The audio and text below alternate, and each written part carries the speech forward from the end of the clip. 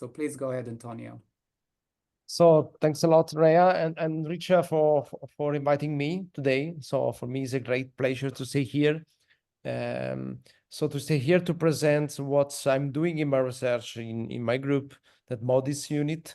So principal, this unit is inside to a big center in FBK that is called Digital Society. So where our goal is to develop a system for the society, so to have some impact in the society. So in the motivational digital system unit, we work on, as the name says, that's motivational systems based on gamification principally. And in my background, I have a lot of experience on adaptive systems, so how to adapt systems respect to preference of the users, context changes, and so on and so forth. So today, the goal of this presentation is to show you what we are doing in the field of education and training. In principle, I will report to you the experience done in the ENCORE project. So the ENCORE project is a European project, so funded by the Erasmus Plus grants. And the goal of this project is to develop techniques and methods in order to make the educational more personalized for the end users, to help not only the learners and the trainers, but especially the educators to prepare materials and to prepare the courses respect to what the students should learn during the different stages. So let's start. What are the challenges? The main challenges that we have in these research fields.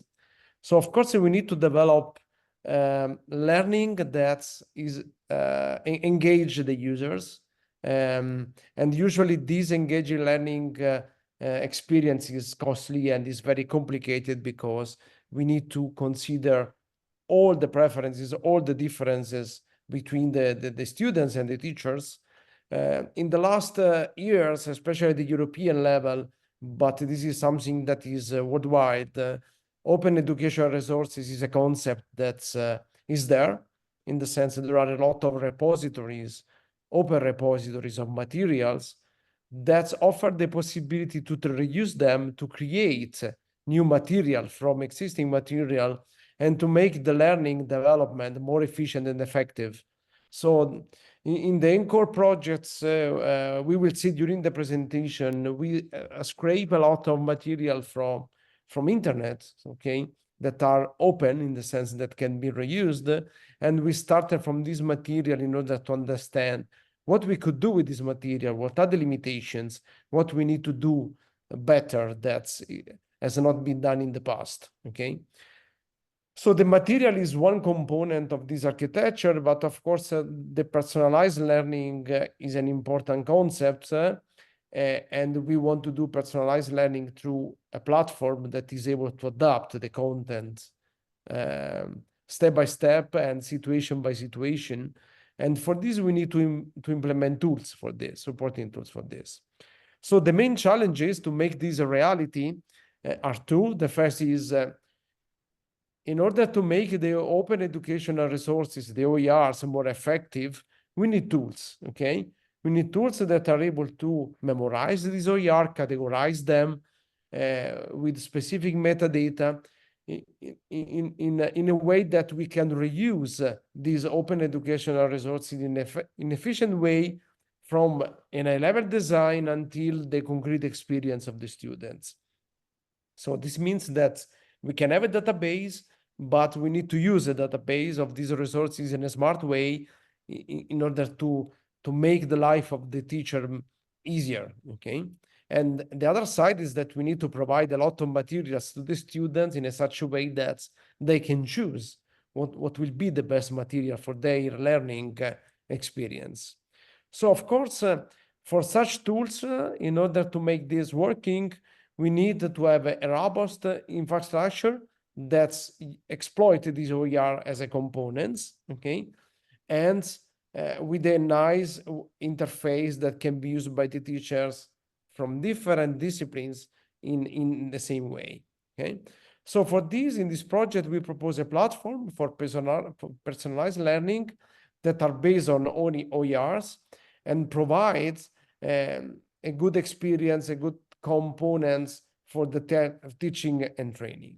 So these are the main challenges of these projects. So how it works, okay? So the core project, the core name stay for enriching circular use of OER for education. So this is the link of the project if you want to consult material and on the description. But this picture will describe what are the overall components of this architecture, okay, of this abstract architecture.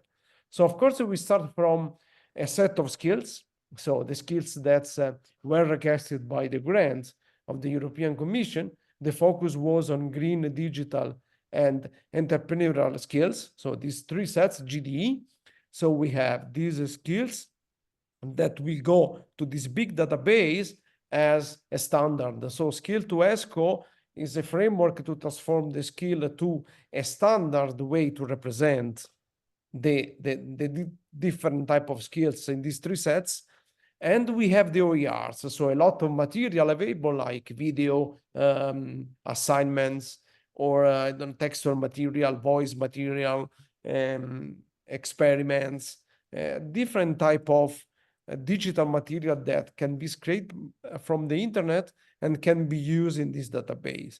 So in the project, we build the encode database that map each type of skill and each single skill in a set of years. So this means that the material is categorized with metadata. For example, this assignment is related to this skill that is for the digital set, or this material is attached to the green skill. And we can also mix these annotations because one OER can be let me say, annotated with multiple skills, so it covers the three different sets, okay?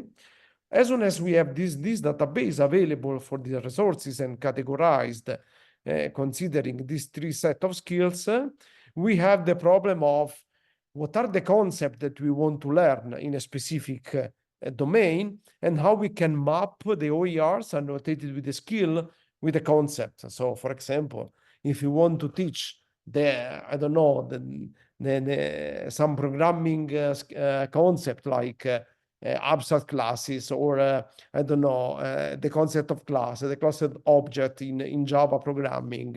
These are the concepts that the teacher want to teach in the class. But in order to find the relevant OERs, of course, we need to map the concept to the skill. So this means that each concept is also related to the skill, and together the concept and the skill are related to the OER. It means that we can find in a very smart way the specific resource for a specific concept and for a specific skill. Okay, so we can augment the search of this material in a very sophisticated way. Of course, on top of this mapping of concept, we build the enablers. So the goal of the project is to develop two enablers. One is the enabler for the educator. So what the educator can do with this material and with this categorization, and what the student can do. So the enabler for the learners. So the tool that the ends will be used by the students.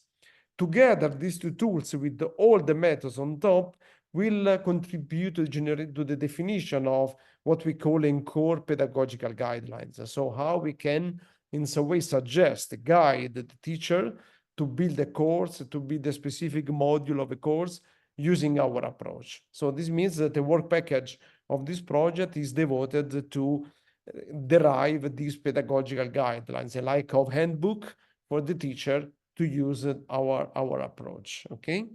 The last points are the pilots, in the sense that if you want to experiment our solution and test if they are feasible or not, we have two phases of piloting. One is the internal pilot, internal to the consortium, with the set of universities that are part of this consortium of the project. And the external pilot means go out to the consortium and ask companies, human resources offices, or other universities to set up a specific test and came back to us in order to receive feedback and improve our platform.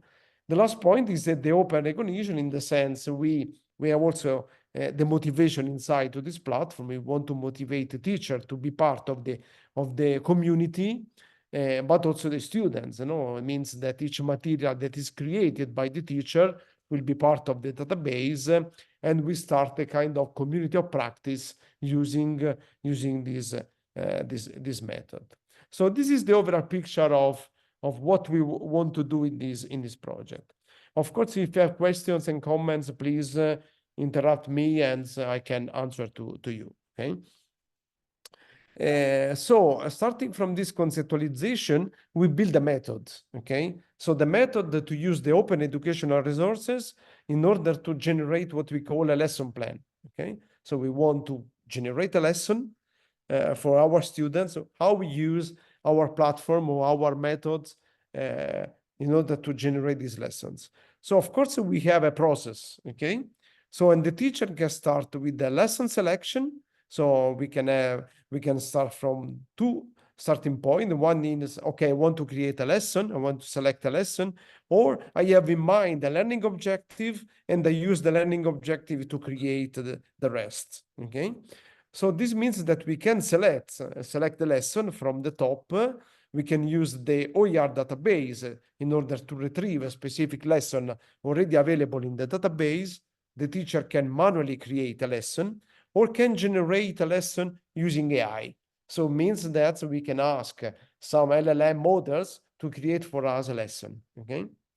So when the lesson is created, we can start to analyze the material. So what is the material that we need for this lesson? So in order to do this, the teacher can define the learning objective. Okay. So if the learning objective is already defined, we go forward. Otherwise, we need to go here in this box and ask to the teacher to define the specific learning objective. So the learning objective can be defined manually, or again can be generated by the AI. Okay. So we can analyze the learning objectives, and we can start to define materials. Means from the goal of the lesson, now we need to find what is the material that is relevant for this lesson. And this means that from the learning objective and the goal of a general lesson, we can ask our application to suggest activities. Okay. So we can suggest the activities to the teacher. The teacher can in some way elaborate the material proposed by the platform, can configure the activity, and now is the time to generate the activity. So ask, for example, to generative AI to generate the specific concrete activity. So the teacher can refine the activity generated by AI, and the activity generated will be corrected by the teacher, and the score can be also attached to the activity. So this means that this process to prepare, as the goal to prepare the material, to prepare the activities of a lesson plan. And this is an iteration process, and there is a need to have the teacher in the loop, in the sense we cannot ask everything to generative AI, but it's very, very important to have the human in the loop and reach the last point when the activity is generated that is validated by the teacher. Okay, there is a question. Go on. Yeah, sorry, Antonio, to interrupt. So I have actually two questions. So when you are saying in the first box that we can reuse some OER, so is it also dependent on the context? Because when I am assuming the OER, so maybe suppose some open educational resources is coming from Germany, so the context is from Germany, and I want to reuse in Indian context. So how this contextualization will take place when we are, reusing? So I will show you later on the platform, and it's not related specifically in the language, because for the projects, the requirement was specified all in English. Okay, so for the moment we have all English, but the approach, let me say, is general to be replicated in another language. But for the context, I mean, I will show you that the context for me is what are the learning objective, what are the level of the taxonomy that we use, like we use the Bloom taxonomy, no? And what is the level that I need to target, how much students I have in the room, which type of activity I want to do, and so on. And upon to these parameters, so the system will reply to you with a set of ERs that can be used for this context, okay? Okay, thank you. So And the second question go on. The second question I have on this activity suggestions. So when when the engine is suggesting the activities, what is the room of the pedagogical choices? So for example, let's say that I want to have the activity based on maybe collaborative learning, but at the same time, I want to have another activity from the inquiry-based learning. So is the engine smart enough to, translate the activity into different pedagogical choices? Here we touch the point of the learning path. So in the sense that we have an editor for defining a learning path, means a set of activities, and we replicate this approach, this loop for each activity that you want to generate or insert in the path. So I will show you these components, and probably we will come back to these questions later on, okay? Yeah, thank you. Sorry no for this questions in the middle. No problem. So Yeah, Antonio, thank I have a quick question just Yeah. for clarification. The Yes. open educational resources that are being scraped or included in the system, are they predetermined in some way? If not, is there a way that they are being validated, that they are appropriate to use and so forth? A good question. This is a big limit of open educational resources, in the sense that until now, what I know, there are no platform for the community of practice. Okay, so there are no platform with the scoring of OERs and quality assurance of the OERs and so on. One of the goals of the project was properly this. So to scrape the OERs and start to create this community of practice. Okay, I see. and build a platform that can be validated by the teacher. Okay. And for this, we have implemented some features in order to do this. Of course, they are preliminary, but we can work on it. It is an open project, okay? So we can also start to understand how we can collaborate with other projects or collaborations, how to improve it and make this usable, okay? But I will show you. I think the question on everyone's mind now is also, how can we use this or get involved, and what is the status of, being able to use this, or how can we contribute? So we'll be able to use it, but we'll wait for the end to ask that. Let's discuss this later on, okay? Yeah, okay. Thank you. Okay, so the enablers that I was introduced before are two. So the enabler for the teacher, the enabler for the learners. So the objective was to implement the tools and the procedures to design courses for specific skills, to reuse OERs, to interact with these lessons, and to execute the lessons from the student's perspective using also motivational tools like gamification. And one aspect also to create a business model, in the sense probably in the future we can start to think about a startup or a spin-off of this and build a tool for in the next future. So the concept, we built a conceptual model in order to before to implement the tool. This was a work that I did myself because I had experience on model-driven engineering. So this is a meta model of our platform. A part of our platform, of course, we have the competencies. So we want to build competencies for students. So it means that we have a portfolio of competencies for the students, the acquired competencies. The actor can be an educator or a learner. We have some requirements for the competence, how you can reach the competence, how much activities you need to execute in order to reach this competence. And of course, we have the concept. So it means that for each competence, we have a set of concepts, and the set of concepts are related to a learning goal. It means that the teacher, when specified the learning goal, this learning goal is related to the concept that we need to learn and reach in order to reach the ultimate goal. So related to this goal, there is the concept of learning activity, the core concept of the platform. We can have different type of learning activities. We can have a set of activities, so you can choose between a set of activity. You can have collaborative activity here. You can have an assessment activity where we need to have a grade for the activity. And we have a conditional activity. So if you fail or not this activity, you pass it to the next level or to the next step of your learning. Of course, we have also a concept of learning path. A learning path for us is a composition of fragments, and each fragment is composed by a set of activities that could be an assessment activity or other type of activities as the right side of the picture. For each activity, we can use a set of open educational resources. Means I want to have an assignment for a specific concept, I can reuse some material for this. Okay, that will exploit the activity in order to be provided to the student at the end. So this is the conceptual model that is in the back end of our platform. Of course, there is the teacher side, no? So the teacher can define a learning objective.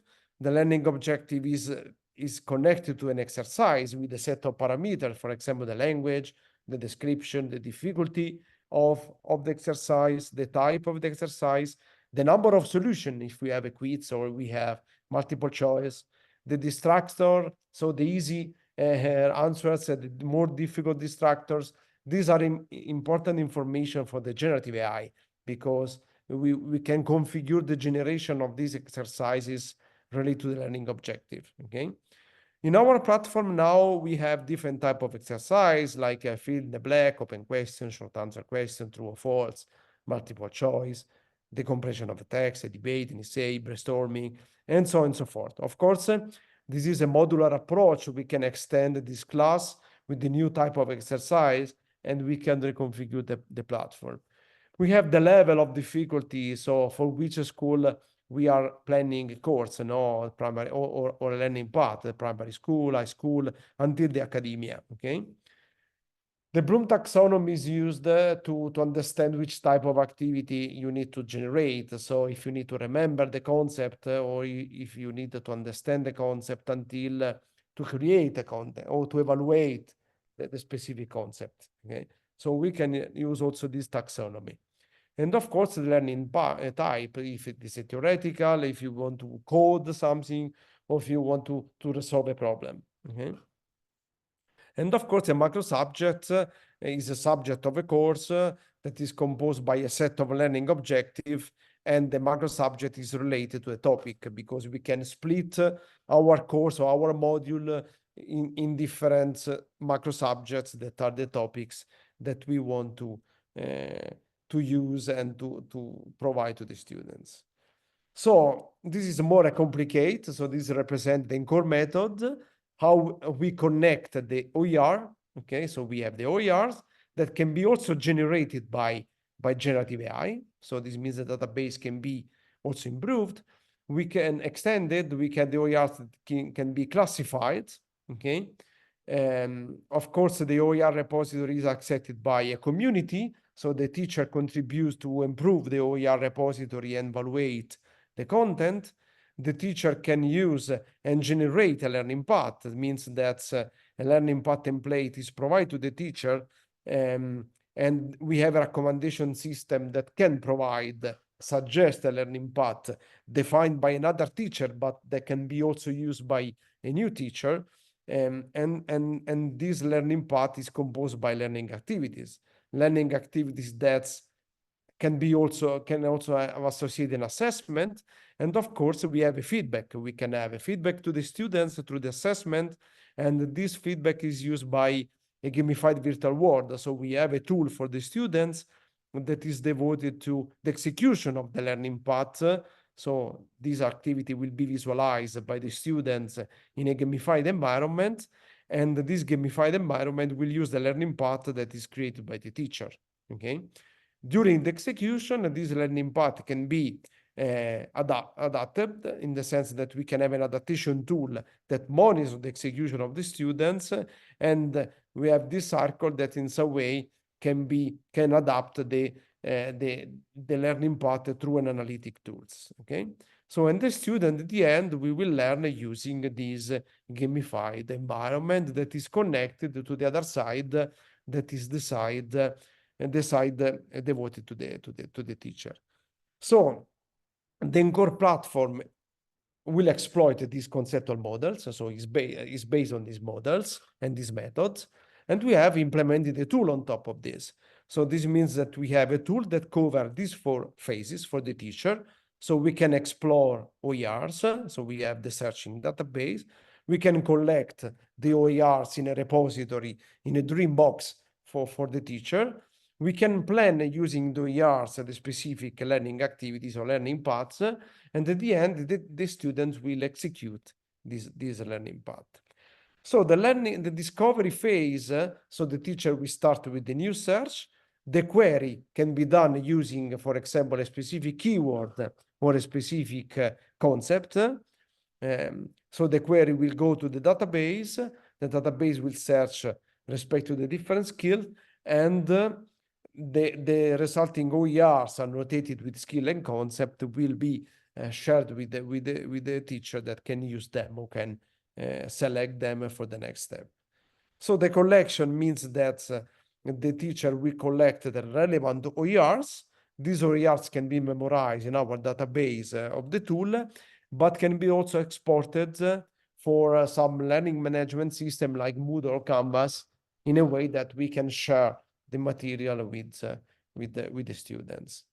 So as soon as we have the material selected, so the OERs selected are mapped to the concept of our knowledge database from the collection.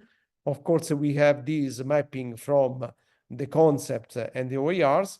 The teacher can also revise the map of concept. For example, the system provides for these OERs that you have selected, you have 3 concepts that you can teach, but the teacher can also change the relation between the concepts. Okay, for example, can define an order, in which the concept should be introduced in the class.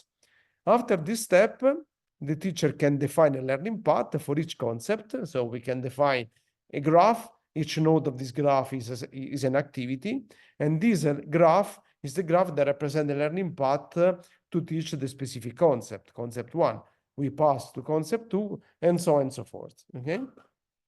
As soon as the learning path is defined, so we can execute the learning path. It means that the teacher can add material, can link other OERs, and can generate the learning path and provide the learning path to the students. Of course, the learning path can be used for open badge generation in the sense that we can also ask a teacher to do some task, and we assign badges for this practice to the teacher, but we can also do when the student will execute the learning path, and we can use also gamification techniques for the motivational part.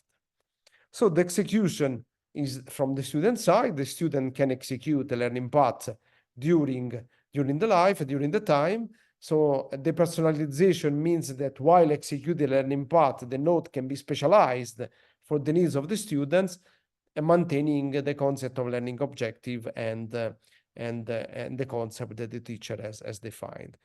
In the first step of our implementation, we used the Visual Studio notebooks, but now we have extended it using a 2D dimension gamified environment that I will show you later. So in a way to provide a more motivational tool to the end user.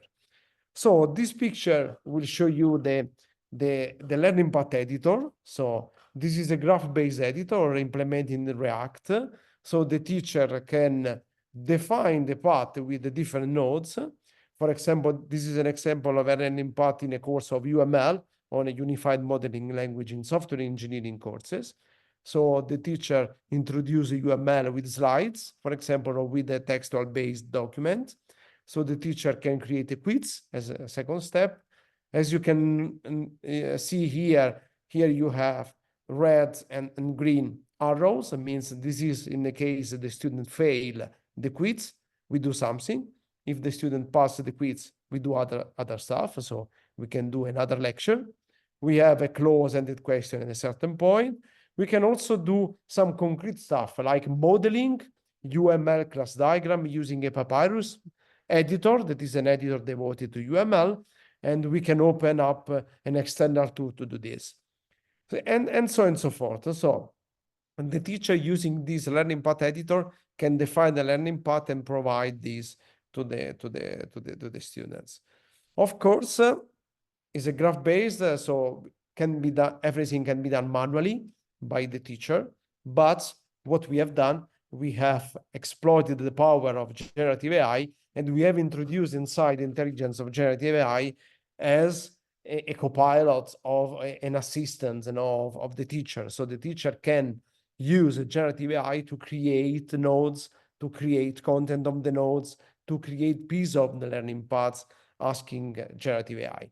And the teacher can revise the graph in a way he or she prefers. Okay, so this is why this is a contextualized and personalized AI, because it's the context of the teacher, personalized for the teacher, but also personalized for the student, because at runtime is the students that can select the specific activities and can prefer one or another one, and this can be personalized at runtime also for the students. So this is the architecture of the system. I don't want to go deeply in this architecture, but I want to show you that we have an engine that is the core engine that will execute the learning paths as soon as they have been defined by the teacher. But we have this left part of the architecture that are the external tools that we are integrated with our platform. So we are implementing a set of adapter in order to adapt and integrate different tools for different topics and domains in our platform. So we have a specific web app that is devoted to execute, I don't know, quizzes or open question or activities with a simple interactions. Okay, we have Papyrus Web, that is a tool for modeling UML class diagram in software engineering. We have added also Alexa, for example, for voice-based activities, and so on and so forth. We have also the possibility to add the graders that are specifically implemented for the specific tool. This adapter can be implemented in a very easy way in our platform in order to inject and add and plug in different tools.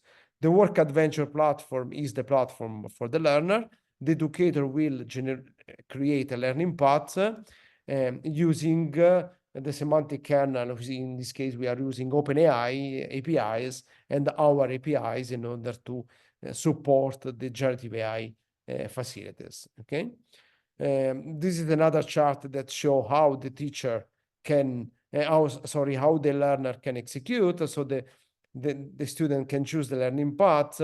The execution we start, we retrieve the activity information from our backend, and we specify the runtime validation to our backend. The activity is executed. We can receive feedback. We can visualize the feedback to the students. The activity is executed by the students, and so on and so forth. So this is the runtime, in some way, logic of our architecture for the learner side. So this diagram instead show how we use generative AI. So means that through our enabler, so the enabler for the educator asks the specific question like please generate me the quiz, generate these, elaborate this OER, revise the OER, this OER, summarize this OER. So we call the API backend, that is the component that we have implemented. This component will exploit the different LLMs that we are using. For the moment, we are using GPT-4, but is open also to other type or open models like Gemini or other type of open source LLMs. Of course, we need to reconfigure a little bit this interaction, but at the end, it's not a difficult task. So these are the set of APIs that we have implemented for the generative AI. So for example, we can correct some answer, we can create fill the gaps exercises, we can generate lessons, we can generate learning objectives, we can generate question exercise quizzes. summarize, and so on and so forth. So these are open API, so we can also use, you can also use this API if you want to implement your component, your tool, and we are continuously extending also this set of APIs. This is the work adventure environment. Antonio, is it Yeah. okay to pause for some questions? Yeah. Thank Great. you, because there's For me, a it's bit of a better. list. Some of them you've answered already. So, but I'm just going to go one by one. Yeah. Nicola asks, will this platform have strategies to deal with students with learning disabilities? Not yet. A good point. So Okay. this is right to the project because was not requested to the call, but of course it is a good point. I really love to add different type of activities for these students. And Fanmilayo asks, and this is a question that comes up every once in a while, and it's a big discussion in itself. Can the platform detect when students use generative AI tools in their summative assessment? So things that count towards grades. No, not yet. Not yet for the moment, in the sense that we can do this in the sense we can plug in a component for this before to submit the exercise. Okay, but for now is not included. So the platform is open to add these extra components, but for the moment is not there.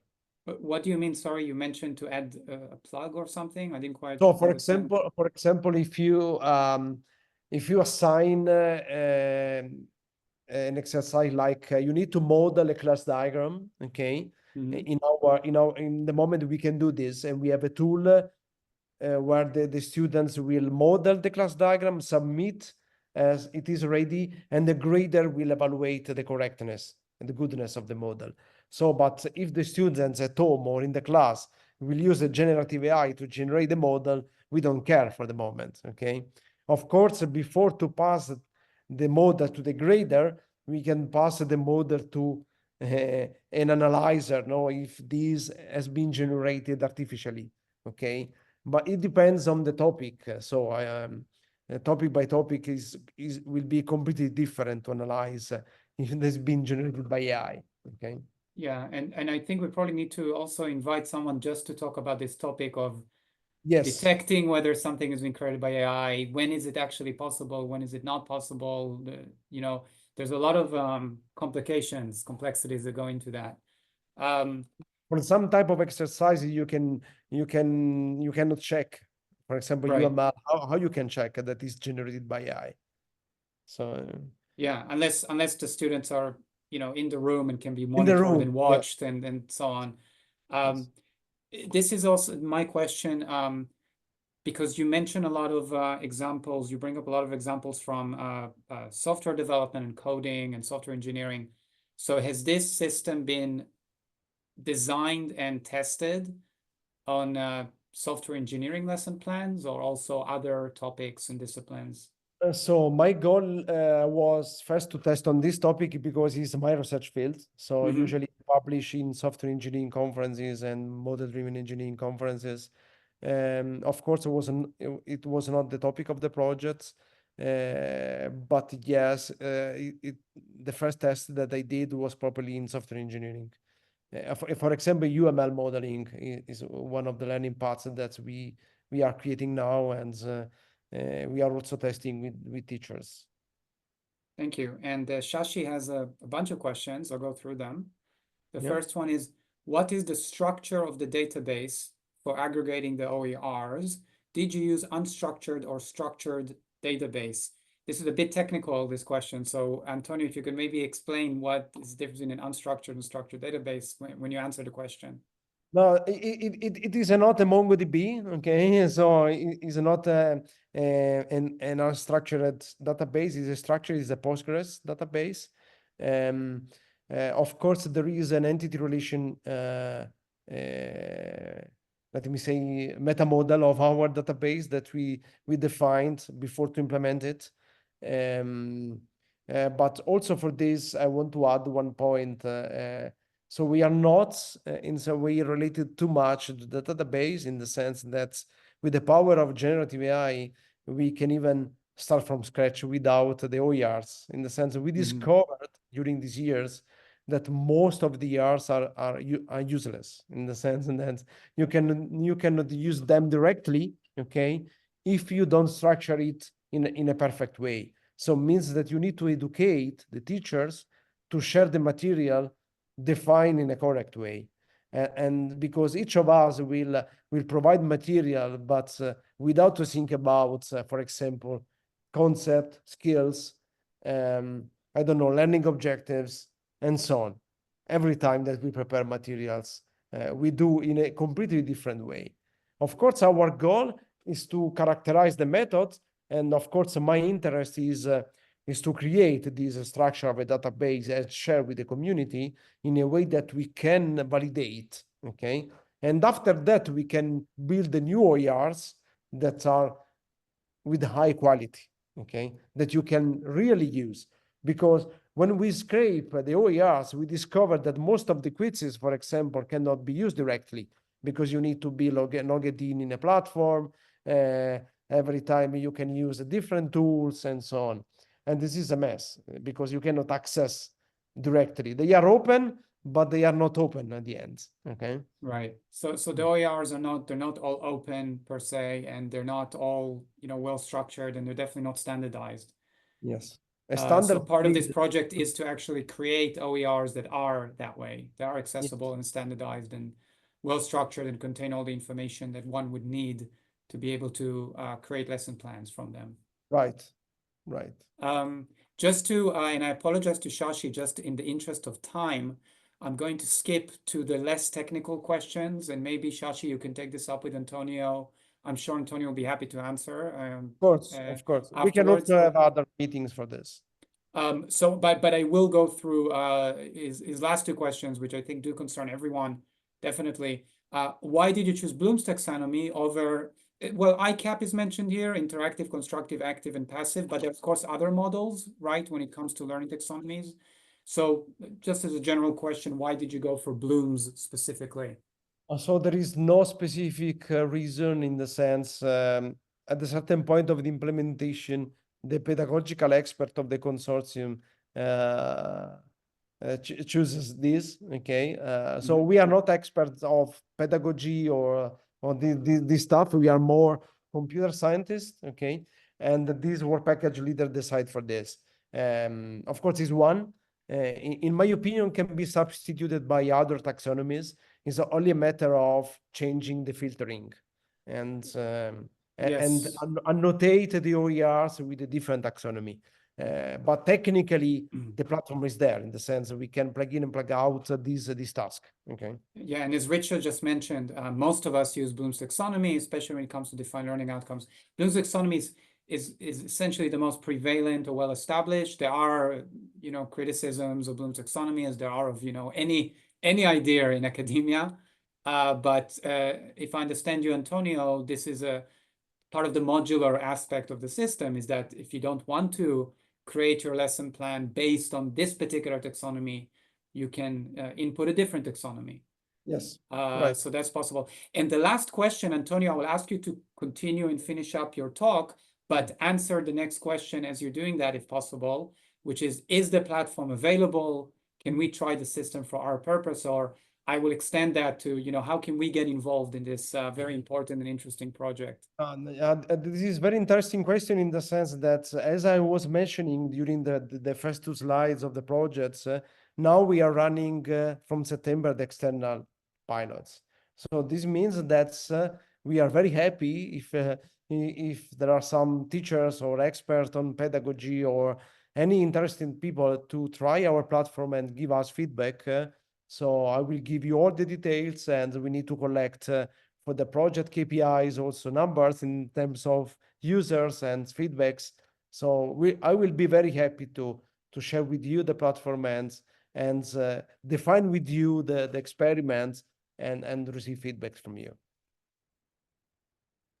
Excellent. So at the end of your talk, if you could share contact details or how people can find you, and people who are interested will be able to contact you directly. Yes. So please feel free to continue with what you have. We have, about 8 more minutes. I just want to take the last 2 minutes for a few things. Good. So starting from the motivational platform that I will show you how it works briefly. So we have integrated, for example, one tool that is Visual Studio Code notebooks for specific coding exercises. So this example was a piece of the learning path with the SysML modeling language. So where we can show the exercise that the student can execute it. And we have also gamification side. So we have report feedback where we can update the levels of the points and the scoring, but we can also give feedback to the students, also with other extra links and material that the student can consult to understand more the concept of the specific exercise. We integrate also Alexa in the sense a conversational interface for quizzes. And so we can do quizzes on web-based with the web app, but we can also have Alexa with voice or with the chat of Alexa. So we can also introduce, and we have integrated this tool also in the platform. So I can skip this because probably we can come back to this. So related to the generative AI, so we have implemented some plugins to generate the content. This was an article that I wrote for a Microsoft educational blog, where we present this polyglot edu generator is a component that is part of our platform that is and can be used to generate content. This component is very easy to use in the sense that you can add a URL in this box of your material. So for example, if you have slides, if you have a PDF, or if you have a link that you want to analyze, you can decide for the moment for these 3 type of activities. You can choose the level of the generation. You can select the language. You can select also the output of the length of the output, the number of blanks. For example, if you have the fill the gap, the number of distractors. So for each activity, you have a set of parameter. You click the submit, and the tool will generate for you the tool, the exercise. So let's keep for the moment this. I want to show you in the last minutes the tool so that you can concretely the platform in action. So this is the core enabler for the teacher. So if you can see from the home page, you can discover your OERs. These OERs are categorized by the 3 different skills. And for the moment, we have this number of resources.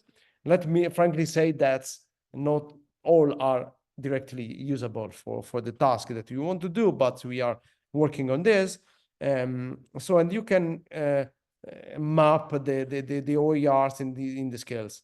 So of course, as soon as you can search the OERs and you have the discovery phase, for example, I was searching before this talk the sustainability keywords. Okay, I want to teach sustainability in my class, and this database give you the card. Each card is an OER with the specific information like the type of OER. You can filter through different parameters like the quality score, the likes of the teachers, the number of times that has been used in the learning path, the last update, and so on, a set of information. But you can also have these tabs. Let me see if I can. Okay, the domain mapping, but the map of concept. So we can see, okay, we have 2000 concepts found related to the OERs that you have filtered because you have more than 700 OERs for this topic. You can also understand what are the resources that you have, the type of resources. For example, reading for courses, presentations, activity labs, case studies, assessment activities. You can also click on this and filter the activities for the type of the activities, like only readings, or I don't know, only images, or only assessment activities. So you can filter and search what you want. Of course, as soon as you have selected an OER, you can see all the details, who is the publisher. You can save the OER, for example. You can save in your folder, So we have created 2 folders for this case. For example, you have the tests, or if you are teaching algebra, okay, you can have the resources. You can look here that we can also OERs generated by AI, okay, are not resources extracted from the databases, created from the database, but generated by the teacher while using the tool, okay? Because we have a specific page for this, and that now is not available in the main page, but we are working on it.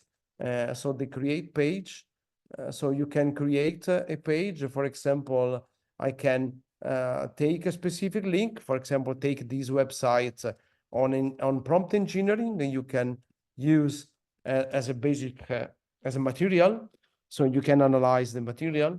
For the moment, you can only give URLs, but we are also adding the possibility to upload material or to use your local material.